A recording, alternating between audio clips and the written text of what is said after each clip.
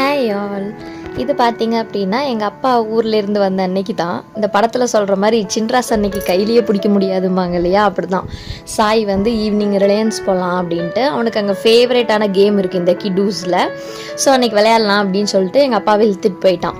அப்படியே ஒரு குட்டி ஷாப்பிங்கையும் முடிச்சுட்டான்னா பார்த்துக்குங்களேன். அங்கே இந்த கேம் விளையாடுறான். ஏறி உக்காந்ததுக்கப்புறம் தான் அவனுக்கு இது ரொம்ப கிட்ஸுக்கான இதுன்னு புரிஞ்சிச்சு. போரிங்காக இருக்குது அப்படின்னா கொடுத்த காசு வேஸ்ட் ஆகக்கூடாதுன்னு போயிட்டு வா அப்படின்னும். அப்புறம் இந்த கேம் விளையாடினா இது வந்து ½ an hourக்கு 150 நினைக்கிறேன். இந்த ட்ராம்போலின்ல குதின்னு குதிச்சிட்டு இருந்தான். அதுக்கப்புறம் அங்கே உள்ள எக்ஸ்ப்ளோர் பண்ணுறதுக்கு நிறைய இருக்கும். இது பல தடவை அவன் போயிருக்கான். அவனுக்கு ரொம்ப பிடிச்சிருக்கு அப்படிங்கிறதுனால தான் இது கேட்டுகிட்டே இருக்கான். இது சாக்ஸ் போட்டிருக்கனால கொஞ்சம் வழுக்குது, பட் நான் ட்ரை பண்ணுறேன் அப்படின்னு சொல்லிட்டு பண்ணிகிட்டு இருந்தான். அதுக்கப்புறம் அன்னைக்குன்னு பார்த்தீங்க அப்படின்னா கூட்டமே இல்லை, இவன் ஒருத்தன் தான். நாங்கள் கிளம்புறதுக்கு ஒரு 5 minutesக்கு முன்னாடி தான் ஒரு 2 குட்டீஸ் வந்துருந்ததுங்க. ஸோ யாருமே இல்லைங்கவும் போட்டு இஷ்டத்துக்கு இவனே ஆடிக்கிட்டு இருந்தான் அது இதுன்னு. பட் கூட என்ன சொல்கிறது, ஒரு 2-3 பேர் இல்லாததுனால அவனுக்கு ரொம்ப போரிங்காக தான் இருந்தது.